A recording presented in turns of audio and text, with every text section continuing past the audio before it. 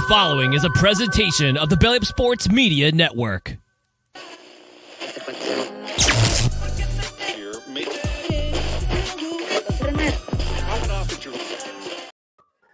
And welcome, man. Happy Tuesday, everybody, here on Divots and Pivots. Bud is a ghost, right? And there he is. Empty chair for a second, but that's all right. Yeah, no intro tonight. Then that's because big news coming. We have a new intro on the way. We didn't want to spoil it. It should be here hopefully for the show next week, so stay tuned for that because you know it's going to bring the bang. Have fun with that. So as always, though, Bud, welcome to the studio tonight. How are you? You look pumped to go. I'm overwhelmed with joy to bring the bang with you week in and week out on the front half of this tea time Tuesday. We've got rolling. No, things are wonderful, man. Nothing disappointed over the weekend golf wise. We got stories, we got controversy, we got people chirping your boy over here for speaking the truth on the Instaham. So things were magnificent.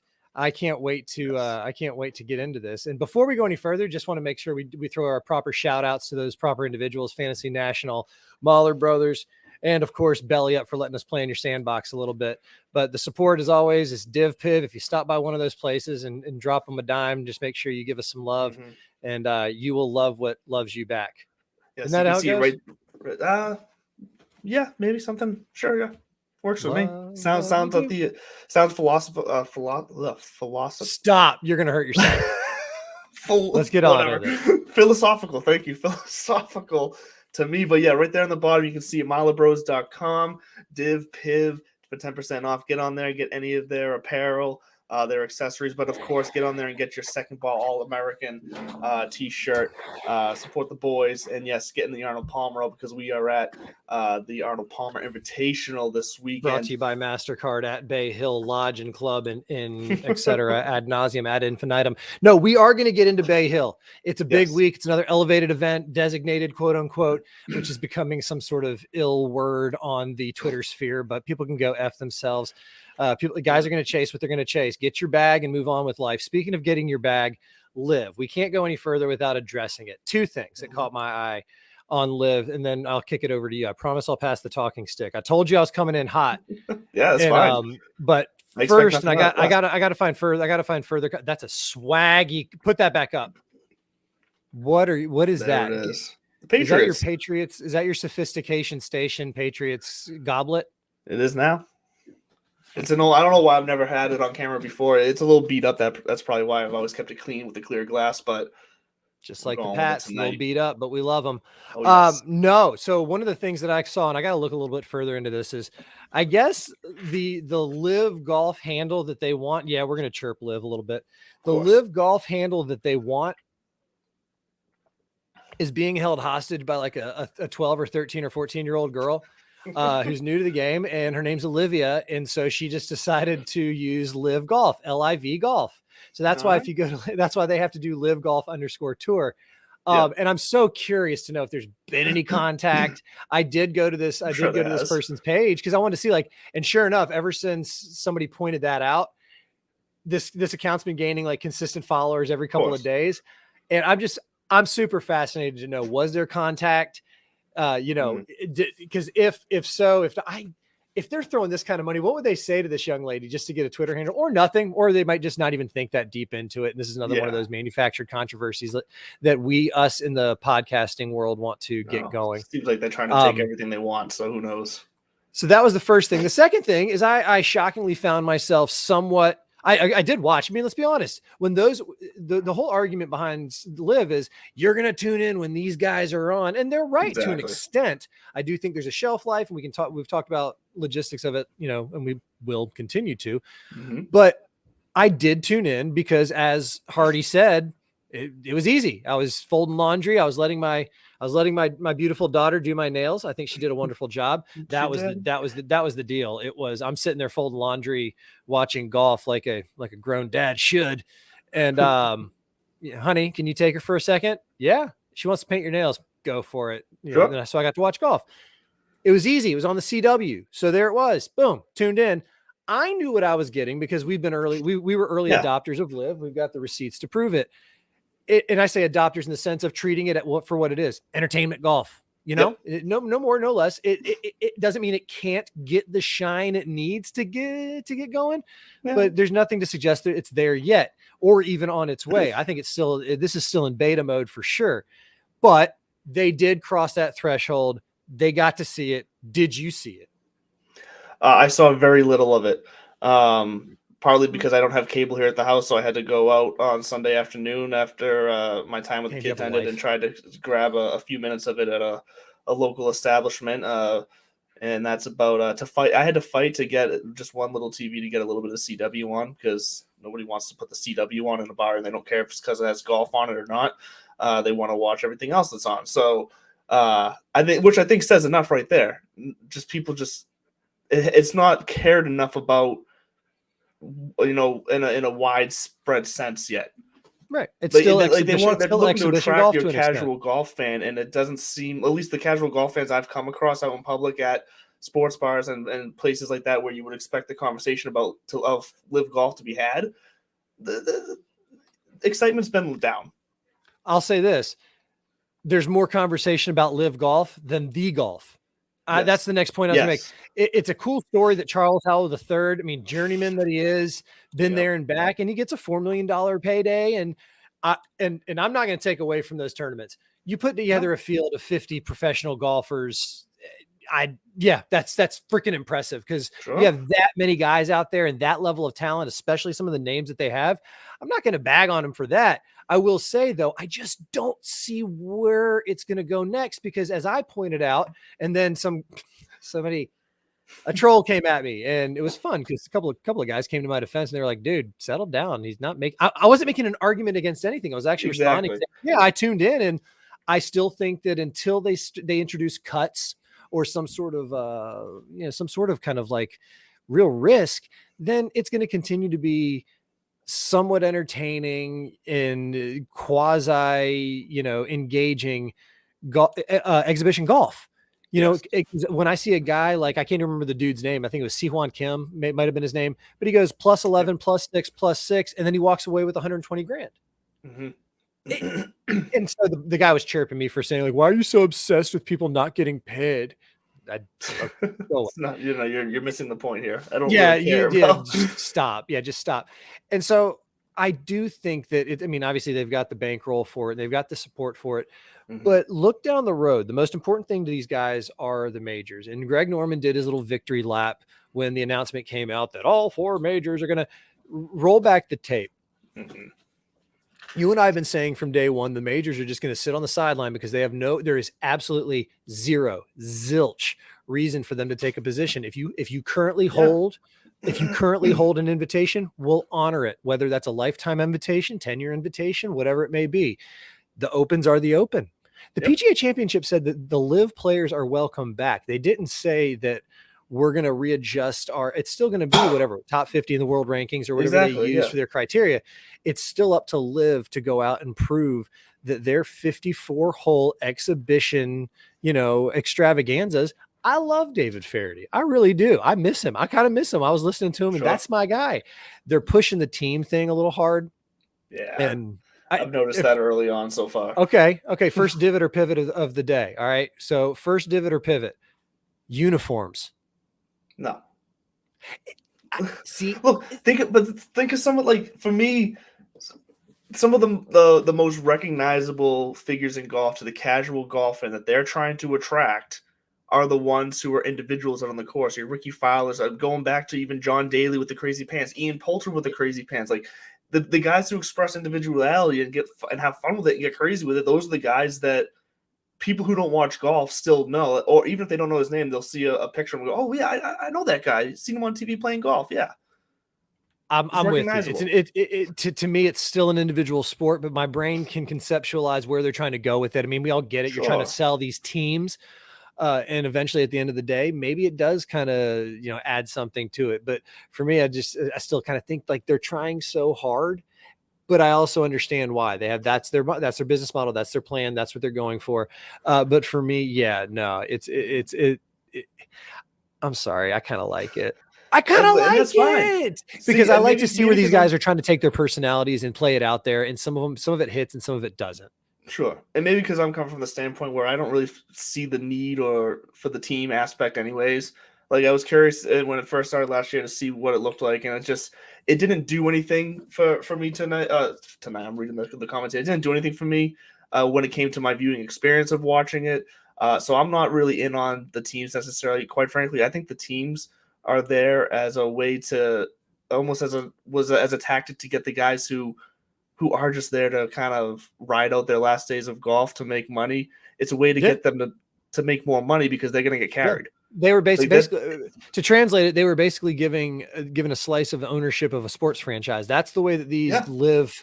The live vision is that these are like the Fireballs is going to be a sports franchise that maybe is owned by a billionaire, joined by Sergio and blah blah Mito. And speaking of Mito, over real fast before we get off that over under 1.5 or how many times Pat Perez's score is factored in on day 3.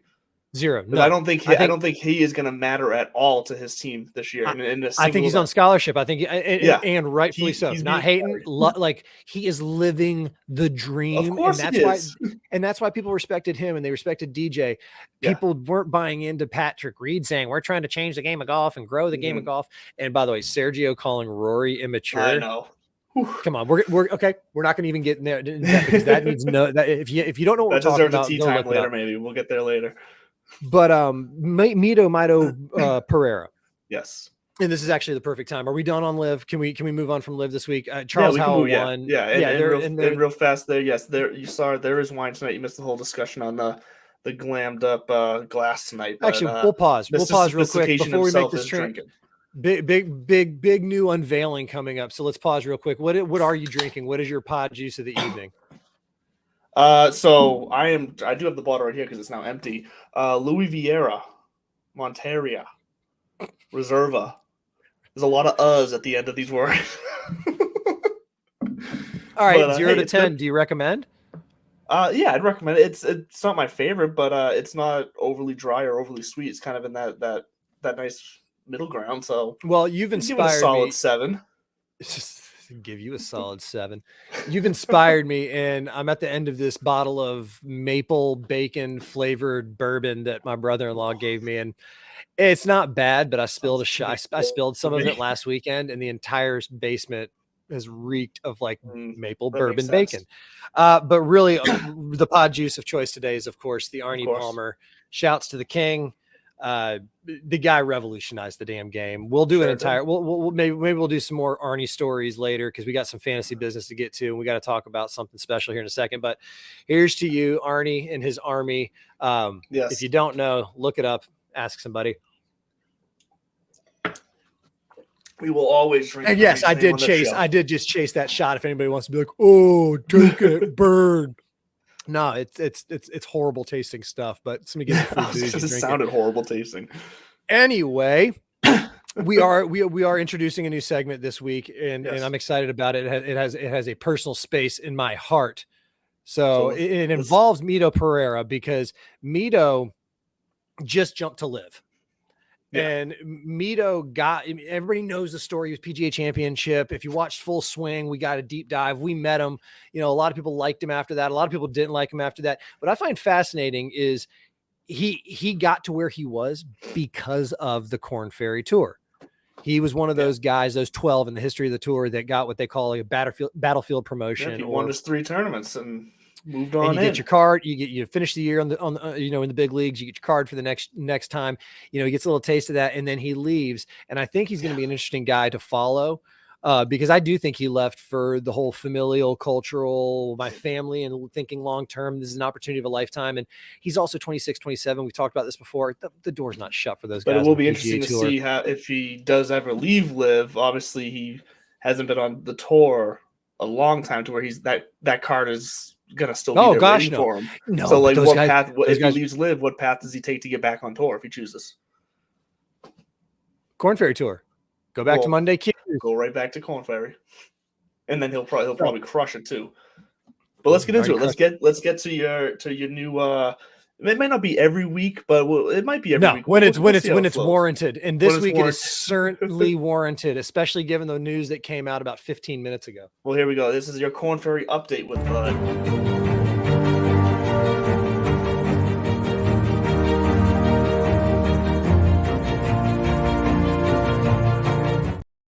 And as you saw there, the Corn Ferry update with Bud brought to you by Fantasy National Golf Club. We've talked about them all the time. They're bringing us their stats. You might be asking, well, wouldn't that make sense for them to sponsor your fantasy picks segment? We'll get to that later. You will see. But for now, Bud, hit us with what's going on the Corn Ferry Tour. I'm gonna back it up. And maybe quickly just explain what the Corn Ferry Tour is in case we do have some viewers who aren't familiar with it. I'm going to back it up to the 1996 Tallahassee Open, and that's what we're going to talk about here. There we go. So the Corn Ferry Tour has been through iterations. It started in 1989, 90, somewhere in there, and it was originally the Ben Hogan Tour. It's been the Web.com Tour, the Nationwide Tour. In the mid-90s, it was the Nike Tour for a while. And I actually, if you've listened to the show before, I actually had an opportunity to caddy on that tour. And for a guy named Bobby Elliott, and it was a life-changing experience. I was like 14 years old. They came to my home course. I went out there. I got heckled by some of the seasoned guys to get the F out of there. And this guy, spit in Copenhagen everywhere from UNLV gave me a shot. So I've always had a soft spot in my heart. When you have an experience like that, it really runs a deep impact. Skip ahead to last spring. I went out to French Lick, Indiana, and played the Pete Dye and the Donald Ross course. That's what the French Lick mug is for. What is this one? This is the Donald Ross course. I've got the Pete Dye hat over there. It is one of the most beautiful settings. It is one of the most difficult tracks, 8,100 plus from the tips. No, I did not play it from back there because it's like 280 carry to every par 4 or 5. But the Corn Ferry Tour just recently announced that that's going to be the location of their tour championship, their series ending or their season ending series starting next year. So for me, the stars are all aligning for this kind of world where I love the Corn Ferry Tour. I'm all in. I think that that's where developmental golfers are going to come out of. I think that's where the stars are going to come out of. And I don't think you're going to see too many guys make that jump. You might see one every once in a while who's in the top 25 about to get their card and Liv snags them. But I don't think it's going to be because there's only 48 spots. It's not going to be such a drain on our farm system, so to speak. And if you haven't caught on yet, that's what it is. It's the farm system for the PGA Tour. If you don't make the FedEx Cup playoffs in the PGA Tour, they got a spot for you down there. If you don't make the playoffs down there, sorry, see you next year. You got to go to Q School. Q School used to be how you got to the PGA Tour. You're a ton of guys in the 90s. They went to Q School. Now Q School is how you get into the Corn Ferry Tour, where you have to go make your bones. And if you weren't paying attention last week at the Honda, you probably weren't watching the Honda. Let's be honest. Most of the guys were getting ready for the Seminole Pro member. But if you weren't, you need to go back and watch some of these finishes. Chris Kirk, shouts to the guy. He's been to hell and back, and it's great to see him finally, be in the winner's circle again after battling his demons. And if you missed it, he said, "Thank God, if I wasn't sober, this wouldn't have happened. I'd probably be dead right now." So shouts to Chris for living his life out loud and letting us all be a part of his ride and his journey. But the guy that he overcame, Eric Cole, is a Corn Ferry guy, and this was his first PGA Tour start. And all of a sudden, he walks away. He's a rookie at 34, something like that. Yeah, and he walks away. His story has been almost bigger than Christian Kirk's in the aftermath of the Honda. Yeah, and he walks away with $950,000. He has status now. He gets 300 FedEx Cup points, which is massive. And he gets invitations to next week's event. And then he also, so point being, a weekend with Liv, is what it is. But this Corn Ferry Tour is where the next wave of champions truly are going to come out of. Because even if you go a couple spots back down, there's a last name Gerard, Ryan Gerard. He's another Corn Ferry guy who Monday qualified for Honda, and then all of a sudden he finds himself in contention, and now he's got $500,000. He's got status for next week's tournament. He gets more status and points when the next quote unquote shuffle of the rankings for Corn Ferry. So, and then of course, the darling of my eye, the hefty lefty, wink, wink. If you missed it, homeboy took his shirt off a couple times. He's 136 pounds, soaking wet with clothes on. He was probably $115 in those pictures, but the flow, the follow through, the finish, he was up there. He was up there T14 going into the weekend, something like that. Akshay, we're with you. I'm Team AB. I'm here for you. Corn Ferry Tour is where it's at. And really, it was him. It was his answer in a press conference pointing out all this to me that was like, ding, like, what are we doing here? This is it. This is the college football. This is like the Power 5 college football conference of golf. So if you're not paying attention, you should. And we're going to make sure that you are from time to time. So back to you in the studio. Yeah, so the Corn Ferry update with Bud will be a regular occurrence here. And he put it perfectly. It's going to be, I think, what has and what will continue to feed the PGA. It won't be the LIV. I know we talked early on in the LIV days that it's not going to go back and forth. Will LIV become the I guess the feeder to the PGA, but it doesn't seem like that's going to be the way it goes. So Corn Ferry here to stay, and that's fantastic. Big win for the PGA there. Not that it was in jeopardy, but it feels like a win. But anyways, the perfect timing. Sorry, they're off for a couple weeks. Keep going. My apologies. Perfect. Let's get into it though, because the Arnold Palmer Invitational is another big one on the season that a lot of guys check off, and you can see it in the field this week. We got all the big names are here. The defending champion Scotty Scheffler, Rahm is back on the course, looking for his 4th win in 5 appearances, I think, which is just stupid. But awesome at the same time. So we'll see how that shakes out. But let's get into it. We're going to get into some of our DFS picks here. And these are now going to be brought to you by Underdog Fantasy. We will be having some more Underdog-specific content coming in the coming weeks. So be on the lookout for that. But for now, Underdog Fantasy is going to bring us our Divot and Pivots picks of the week.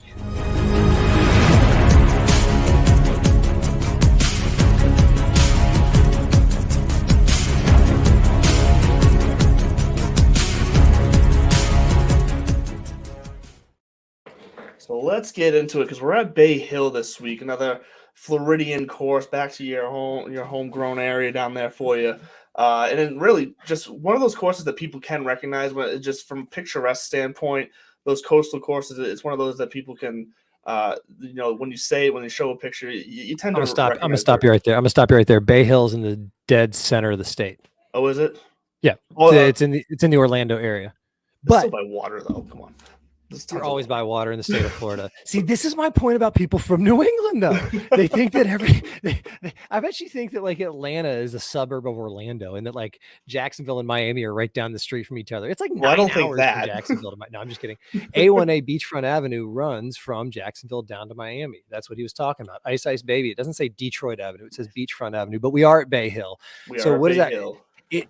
You nailed it, though. It's familiar. It's home. Yes. It's one of those tournaments. We saw it. We heard it in John Rahm's voice. He talked about how important it was to win Tiger's tournament, how important it was to win Jack's tournament. And that's why the heater that he's on, I mean, I'm not going to get ahead, but it's unbelievable. But the course is you got to play the par 5s. You got to attack the par 5s. You have to take advantage of them. Everybody knows about 18. It's basically a glorified par 4, and it's an opportunity to make some magic happen. Tigers drop some putts there. Rory in 2018 with that massive win, and he's always floating around the top. So I mean, it's a top heavy field, but is a familiar field, and it's another designated event. I almost think that this is one of those kind of counter punches where, I saw somebody knocking the tour and like only the good players can play in the designated events, and it's the design. Get with the program. That's exactly what they're going for here. Let's get to, because look, Bay Hill, it's 7,400 yards, par 72, Bermuda greens. We're back to the Bermuda greens here, which a lot of you either love them or hate them. It is what it is. But you nailed it. Par 5s. Let's jump right into it. Par 5 is one of my key stats. Strokes gained par 5. It's such a clutch on this course. You have to score in them, or you're going to be in trouble. Because the rest of the course is just it's challenging enough to where if you miss your opportunities, it's tough to make them up in other places. So. The par 5s is where it's at, and as always, strokes gained approach is going to fall into my model as well with putting, and we're going to mix it up this week. We're going to use off the tee instead of ball striking. Just trying to mix it up because I may have beaten you last week, but we both put up some kind of poor performances. It didn't help. Hey, you played the hand that you're the shitty field at Honda. Come on, man. Stay, keep it up. It also didn't help that I had Thomas Dietrich withdraw after a 6 over round 1, so that was fun. I kind of knew what was in store for the rest of the weekend there. Hey, how about my call on Cooch, huh? 0-2 barbecue for Maddie. Yeah, but you know what? sorry about that. It snuck up on me. A call that, and before we even get into the specifics of the number ranges here, because this is one of those weeks where we've said it in the past. If you listen to our show from the start over the past year or so here, it's Keegan Bradley week. This is a course you cannot ignore Keegan Bradley at, and whenever Keegan Bradley pops in the model, you kind of have to play him because one of those guys that seems to line up when he pops for a reason. He typically doesn't disappoint. He actually was last week or the week before he caught us by surprise. Actually, 2 weeks ago. It was 2 weeks ago. Yeah. He was sneaky good at the Genesis. And real quick, I want to give you my key three, and then we'll jump into this because there's a lot going on here, and I'm pumped about it. But my key three are actually the same four that you have minus off the tee. So I've got strokes gained approach as always, strokes gained putting, which I'm a new huge fan of. I already mentioned off the top, strokes gained par fives. I could and probably should get in a little more of the minutia on the par fives. I might do some tweaking if I have any kind of straws or hairs to split. But then instead of off the tee, I'm taking around the green. I'm just basically, it's a short game kind of week. I'm feeling it. And so that's why when you're talking about Keegs, I was like, shit, I can ignore him anytime I want, but I also don't have my stuff organized or ranked right now by, let me see where my model has old Keegs.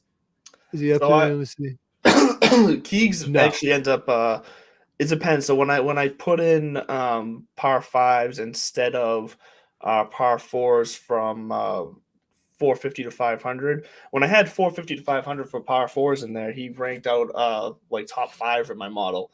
When I switched that out for par fives, he dropped down to 44th in my model. But that doesn't change how I feel about him for this week because I think that's one that you can kind of go either way with that stat. But his history here is what interests me more for Keegan Bradley and his form because, like I said, he played well. I think he finished T20 at the Phoenix Open, the Waste Management. He finished T20. He finished second at the Farmers, and then just in the past couple of years, last year he finished his T11 here. The year before that, T10, and then followed that up with he led those years with 3 straight top 50 finishes. So he hasn't missed the cut here in 5 years. That's the kind of consistency I'm looking for, especially for a guy who's only 7,600 this week on DraftKings. That's what I'm talking about. No, Keegan, no. Big old pivot on Keegan. When we get down to 7K, we can already say that. You're divoting, I'm pivoting. I will walk away from Keegan this week. You know why? Because he doesn't pop in my model. I trust the numbers when it comes to Keegan because I got to put my personal bias aside. I actually have nothing but love. I freaking love because he's got such a flat swing. He's another one of those guys that like thought that he was going to be out of the game. And now all of a sudden he's back popping every week. He's leaned out. He's participating in a lot of these like sponsors probably ask him to, but anyways, these like, social media stuff. So Keegs, we love you. New England golf is not easy golf to get good at. Neither is speaking. So I love me some Keegan Bradley, just not this week. Let's talk about it though. Since you passed the talking stick, stupid you, I'm going to, this is a week where you really, I'm still not sold in my approach. There is so much value according to my little witch doctor magic and the models that we create down in the 6 and 7K range. I love me some John Rahm. I love me some Scotty Scheffler. I love me some Rory McIlroy. And here's the funny part. Rory's going off at 22% ownership. Here we go with Bud and his ownership. There's leverage. Leverage. I love it. He's popping off at 22, which cracks me up because, like we said, John Rahm's on a heater. And the kind that Scotty Scheffler was on. And don't forget, Scotty just won 2-3 weeks ago at Waste Management. He defended there. He's defending here. John Rahm, again, can beat any human on earth at the game of golf, save Tiger Woods. I think Tiger would get into his noodle on the back nine if it was mano a mano. And then Rory, the 2018 champ, who eats this place for breakfast, lunch, and dinner. He's the par 5 king, and he's playing par 5s phenomenally right now. It's dealer's choice. You really can just start creating. You could probably just do it several times, plug a flag in each one of them and build out some lineups, and you're going to do okay because your winner is, it's not unlikely that your winner is going to come out of those 3. That said, truth gun to my head, if I had to say, who am I going to ride with this week? I'm going to say Rory. I'm going to say eat the chalk if you Mm. have to, because I think he's watching everybody else win. And when it comes down to splitting hairs with guys in the way that they're playing, he's playing great. He's just, not quite, getting it. Scotty's winning, John's winning. So I think it might be one of those, it's my turn. So who knows? I'd say you You have to eat the chalk with Rory. you stole the words right out of my mouth, which is why Rory is getting. Rory's gonna get the bell ring for the show because that is the exact reason why I also went to Rory for myself. Literally, just my thought was he is gonna feel like Rom is taking all the wins and he needs to get one too. But this is how it should be with the I got to follow up on that. When you hit the top tier here, the with the top golfers, they should be pushing each other. Like, I'm not saying that in a way that Rory's pissed off at Rom or anything. No, I think it's from a competitive, friendly, like, push each other to be better. They're just competitive guys.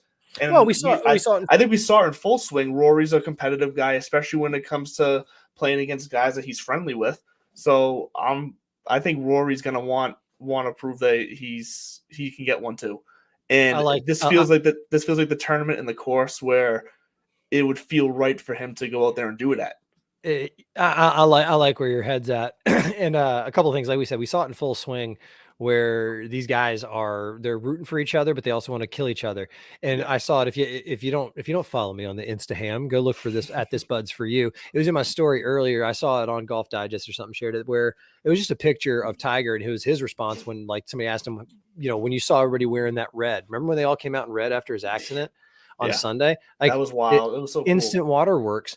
And it was like, that's a perfect example of all those guys got together in that same moment and then went out to beat each other. It's a camaraderie that I think, again, not to shit on Liv, but this is a shit on Liv episode for me. I go back and forth. It's a pendulum for me. And again, I'm giving them credit where credit's due, and I'm going to slap them around where I think they deserve it, because until they put down the whole, we're just as good. No, you're not just as good. Admit what you are.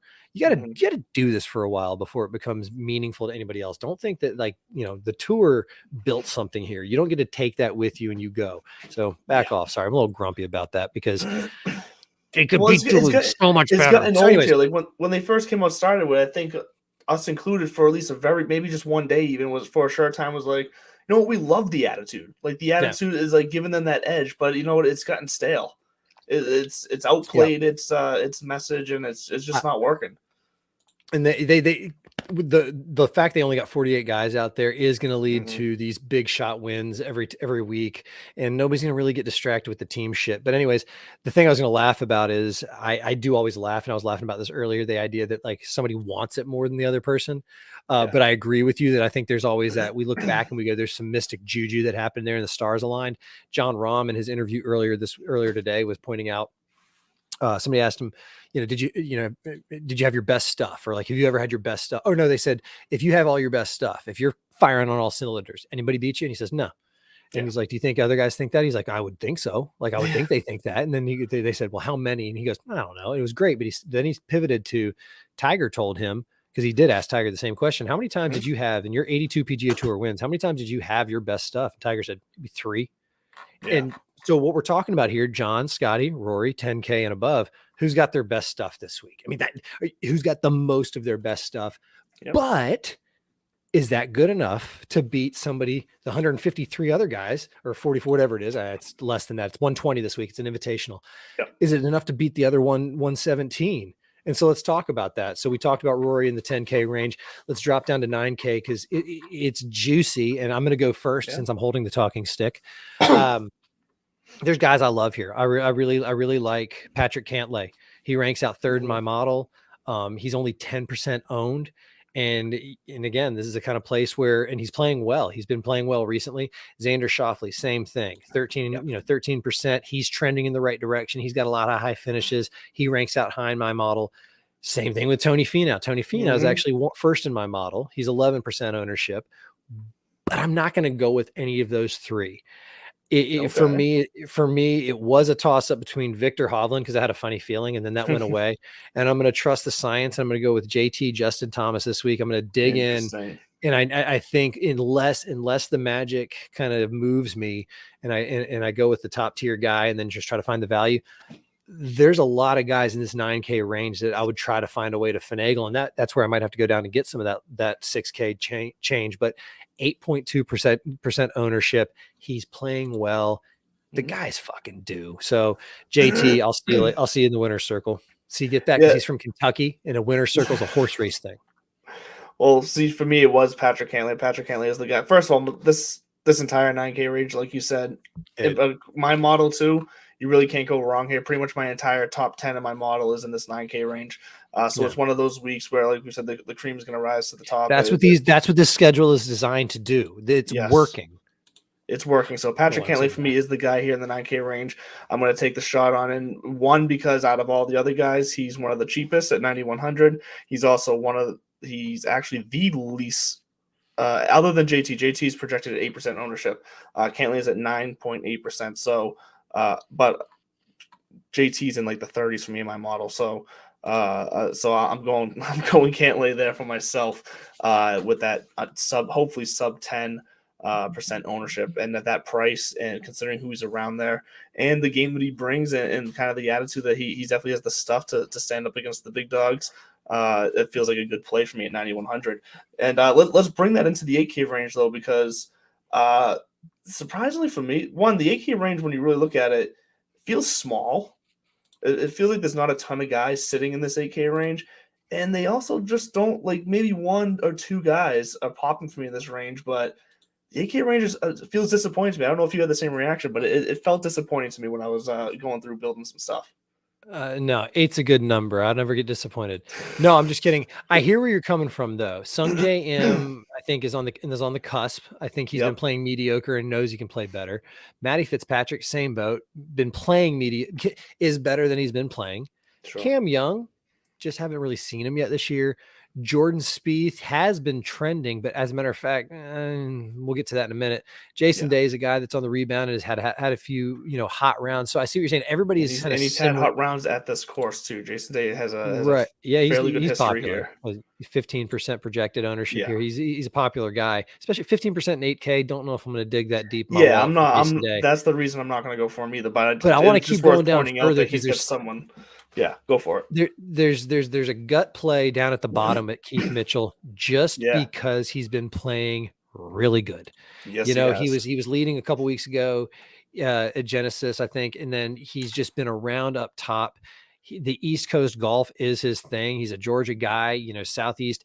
And I don't know. I mean, if you have to fill a hole, I don't have him marked, by the way. I just saw his name as we were going down because I was with you. I was like, who's the two that stand out are Jordan Spieth and Jason Day. And Jason, I'm going to pivot on because he's 15% ownership, and I just don't think I'm going to cough up that much dough unless I have that much dough to just kind of fill in, because I do one of those, studs and duds, and all of a sudden you're left with that much change somewhere.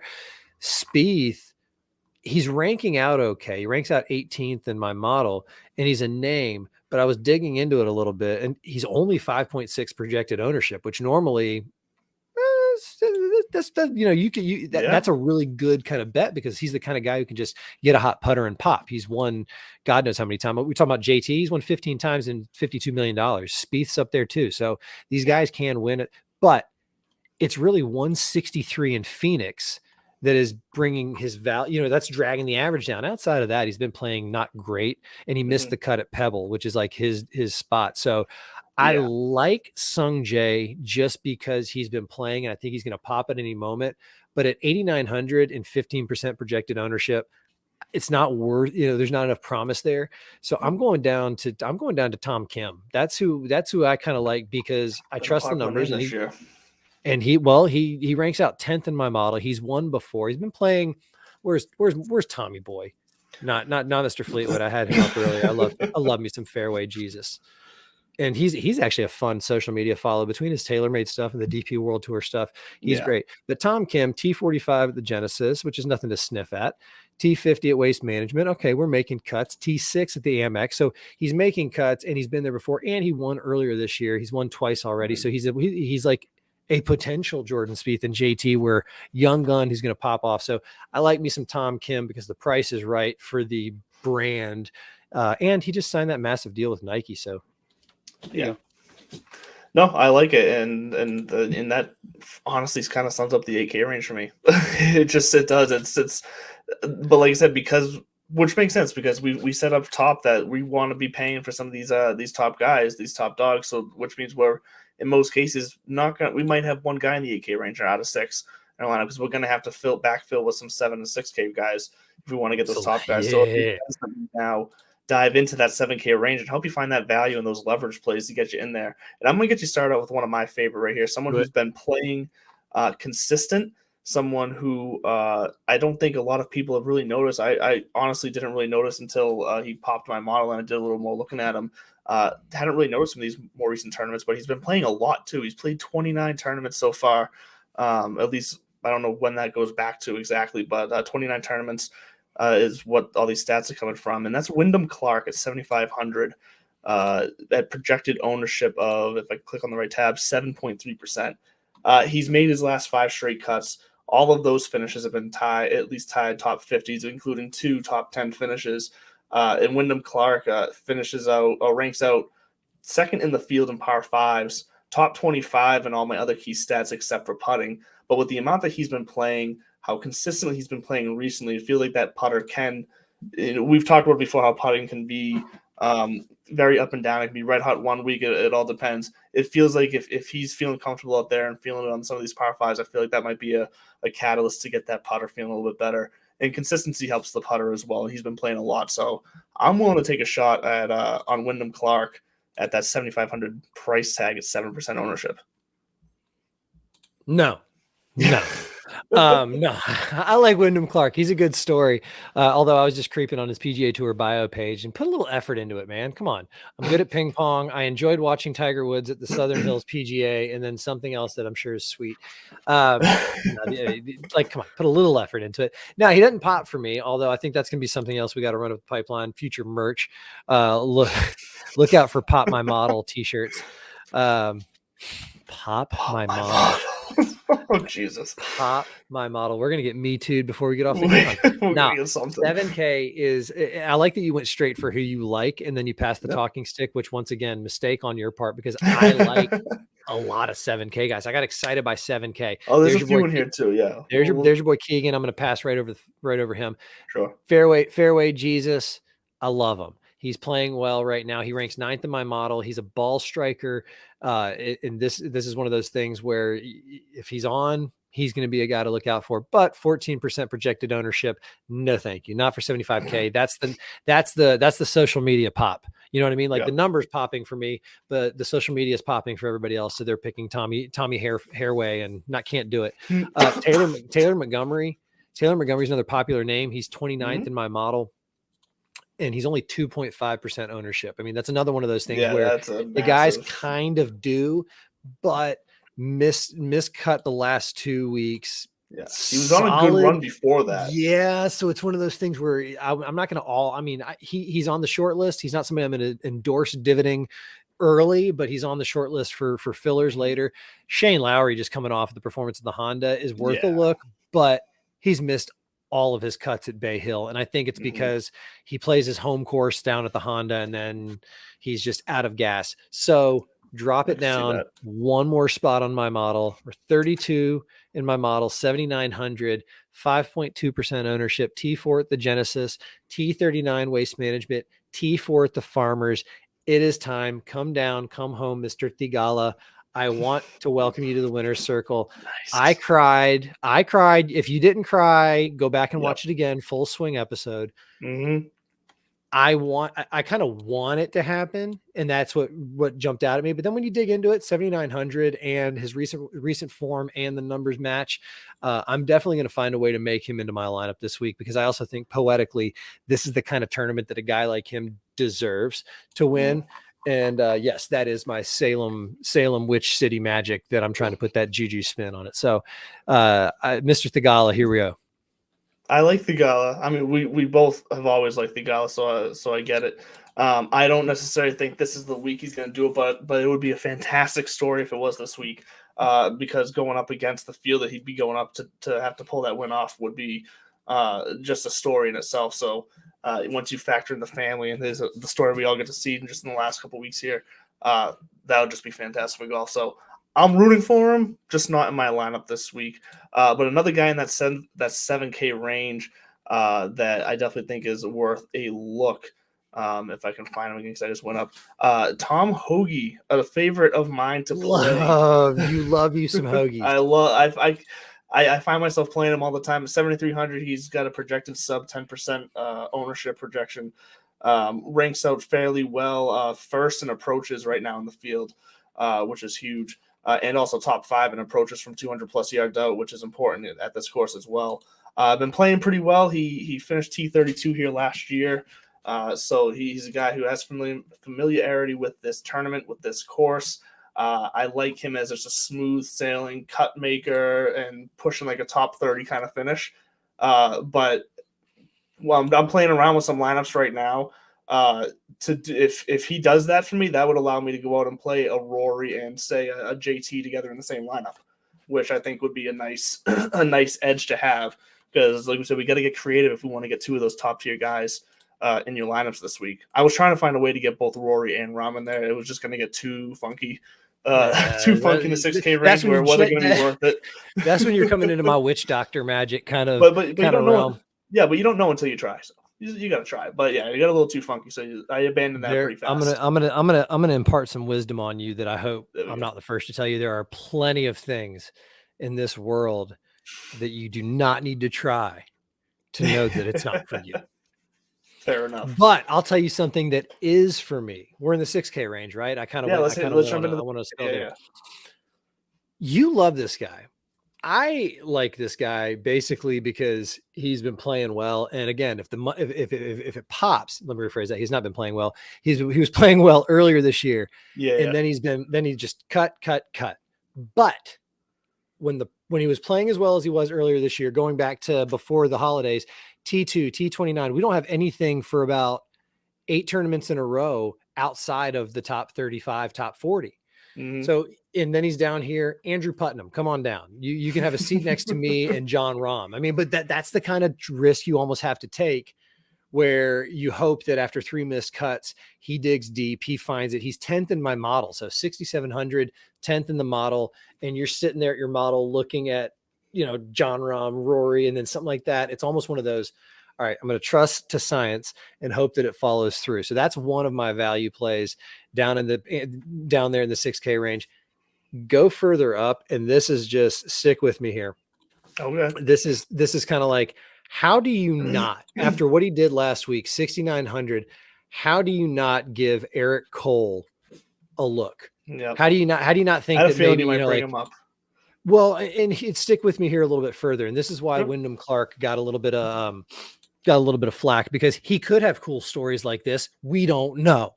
But if you go to PGAtour.com, I want to read to you and give you all 28 seconds of your life. This is Eric Cole's story. So you saw what he did last week, battling. Yeah. Just freaking close. I mean, we're talking how hard it is to win. All right. Personal, Eric Cole. This is from PGAtour.com player bio. His mother, Laura Ball, was the 1973 LPGA Rookie of the Year and finished with 70 top 10s across a 25-year LPGA career.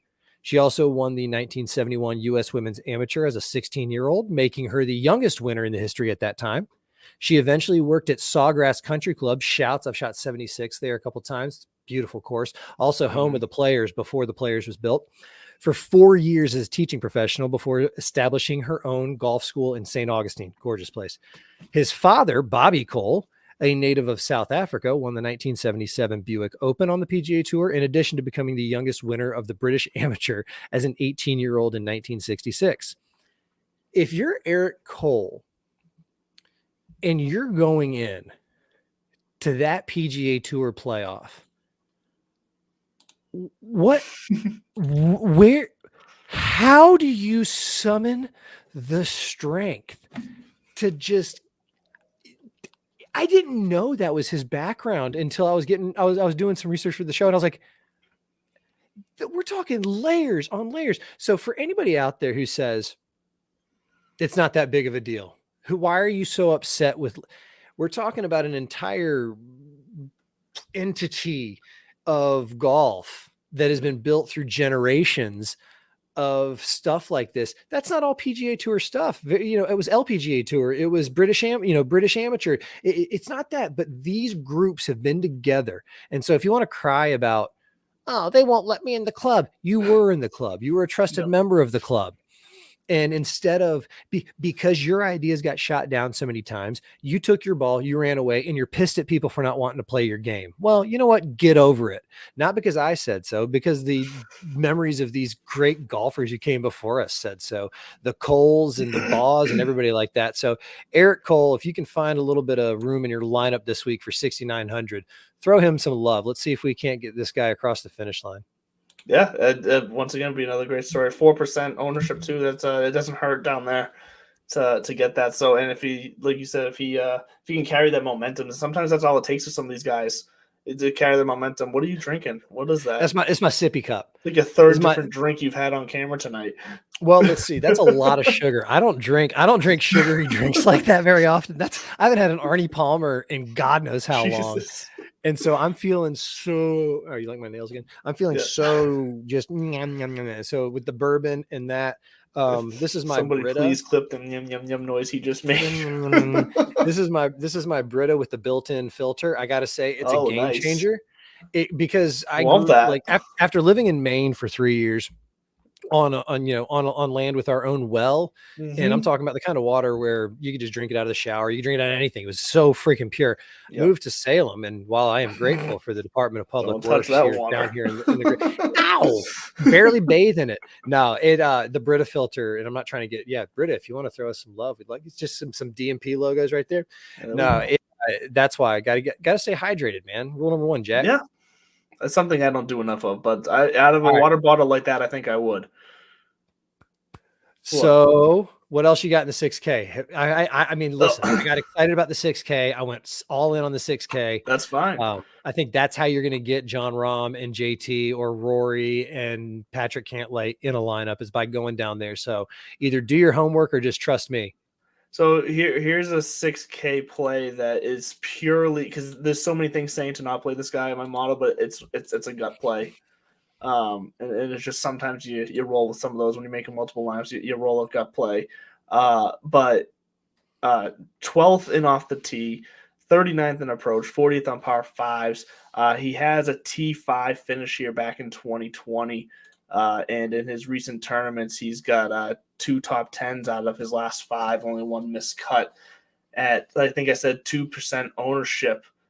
Mr. New fan favorite Joel Dahman coming in. Look, this is the first, seriously, here's my thought on this and why it's a gut decision. This is the first time we're going to see him since Full Swing came out. After seeing how he was on Full Swing, I'm wondering if like some reality snapped in him, seeing it play back, having the reaction of the fans coming out after Full Swing and probably reaching out to him and showing support for him and whatnot. You talk about Strokes Game home life all the time. This feels like something that might be a motivating factor, a rise of like confidence in him that I would love to be a part of if he and have him on my team in my lineup if he can pull something off this week. I'm gonna give you some of your own medicine. Never. You talk about self-fulfilling prophecies or well, exactly. It is a gut play because it would be a great story. It'd be a wonderful story. Yes. I think a couple things there. I agree with you that he is the kind of player that is not going to surprise anybody when he plays well. Remember a couple weeks ago. He's going to surprise himself more than anybody else. Well, I'm gonna get to that. I think because that's the second part of this, the analytical side. What analysis I actually do is, you heard for how long I was saying we got to wait till Jason Day shows us something, and he's been showing us something, and now he's getting my attention. Xander Schauffele, that was real quick. I was like, he hurt his back, and then like the next week he was like T2, T3, something like that. Joel is the same caliber golfer. And I think that's what Full Swing was supposed to exhibit. By the way, roll the tapes. We've been on the bucket hat since he won down in like the Bahamas or Puerto Rico or somewhere down there. Yeah, it's not the first time his name has been mentioned here. No. That's my point. That's my point. Is like I remember like Gino, his caddy, running down into the sand trap and like diving for the bucket hat, And I think in his mind, and that's what he says in Full Swing, somebody's got to be the 70th best player in the world. Why not me? In his mind, that was his one win. And he's just going to ride the next 10, 15, 20 years as a journeyman. But then all of a sudden you have an experience like the US Open. So what you're getting at is exactly what Full Swing was portraying in that episode by putting him up against Colin, which is one guy knows how good he is, believes in how good he is. The other guy said, wow, I was good a couple times. That was awesome. Do you remember that? He didn't see his identity as that great of a golfer. He saw himself as a professional golfer, not a great golfer, a professional golfer. And maybe it was an experience like the US Open. And also sometimes strokes gained, home life, like you said, being part of that club, being invited to be in on Full Swing. I don't know all the ins and outs. I don't know who was extended an invitation. I don't know if it was strictly on, obviously it wasn't strictly on how good you are or the caliber of your career, because we had rookies, they had stories that they were building. Oh, definitely. Yeah. But I would just say, I agree with you say he's a gut play this week because he has not been playing well, but I endorse that gut play with, if your gut's saying, give you some bucket hat, take the bucket hat, because at any given moment, he's going to pop off. He's going to be, I do think that JD is not going away, because also Travis Matthews, we talked about some of his new endorsement deals. These companies are doing their homework now. They're not going to throw, no disrespect to anybody who's going through or struggling with addiction, but they're not going to throw money at a golfer or a player who's got that kind of baggage and issues off the field. They do their market research.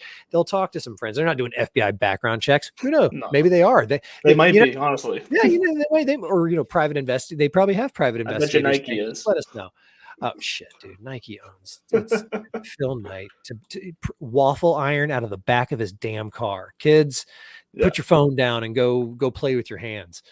Not in that way. But you said Joel Dahmer hasn't been playing great. Look, he didn't play great at the Genesis. He got cut there, but it's not like he's been playing bad. He's at the Phoenix. So at the Waste Management, he finished T50. At Pebble Beach, he finished T41.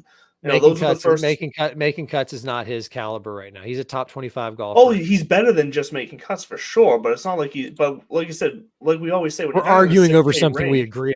No, I do agree that he's a good gut. Well, he's a good gut play if you see him down there. It's like in my other league where I'm getting my ass handed to me. Let's get to a play. If you see him low, play him. Then let's get to two plays here that the stats back up for me. Then, if you're looking at the 6K range, that's not just a gut play. If you don't trust my gut, I get it. There's enough of it here to trust, but whatever. But two plays that the stats can back up down here in the 6K range is Alex Smalley and Ben Griffin. Ben Griffin's a name I've been saying a few times. Last week, dude. Last week we said it, and it's for good reason, though. He's popping right now. He's having himself a good little run. Sure, he missed the cut at the AT&T, but he followed up with a T21 at the Honda. 3 straight top 35s before that. He doesn't have a history at this tournament specifically, but he's been playing well in all the areas you need to play in. So Ben Griffin, 6,700, once again, subpar 10 ownership, is a good play. And then Alex Smalley, someone who could get below 5% ownership depending on your tournament. Him and Smotherman. Something about you and the Smotherman and Smalley. Yeah, well, Smalley finished T38 here last year. He ranks out 26th in my model. And just another guy who I think could easily make the cut this weekend and maybe sneak into a top 35 finish. He definitely has that capability and has a good kind of run about him right now. So those are two guys in the 6K range I wouldn't mind having a fall on if I want to really start paying up for some guys. And I might, I might do just one lineup or make multiple lineups where I do put Rory and Rahm in a lineup and I backfill it with like 3 6K guys, all those 3 guys, and just hope to get lucky. You never know. I don't want you having to pay for any more guys than you can handle.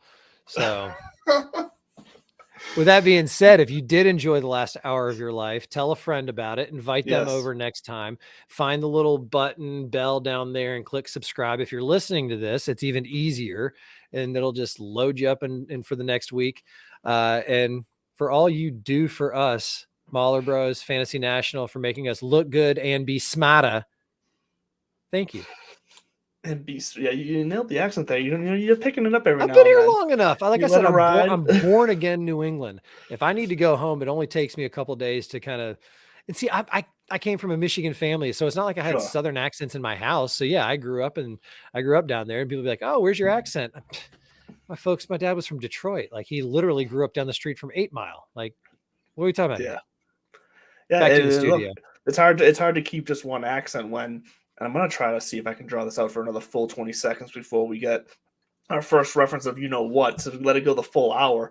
But when you're traveling camp, man, it's hard to keep an accent from just one place. I feel like you're all over the place. You've been in a lot of places in your life, Michigan to Florida to Maine to Mass.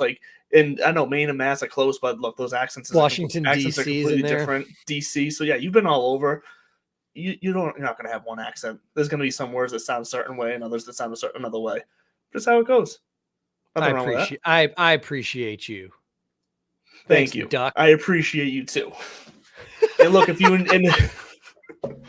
enjoyed this hour here with us on Divots and Pivots, coming up at 9:30, a half hour from now, guys who will actually make you smarter and probably make you a little. They know what they're talking about when it comes to sports betting. Plus Money Golf, they're going to bring you all your sports bet. And look, I just found this out right before our show. Apparently, they've hit the past 2 winners.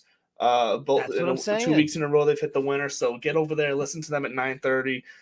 Find out everything they have to offer for this week. I'm sure they're going to come out firing, getting you that money at Arnold Palmer's Invitational at Bay Hill.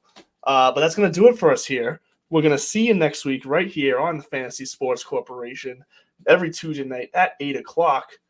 We look forward to seeing you. Have a great night, everyone.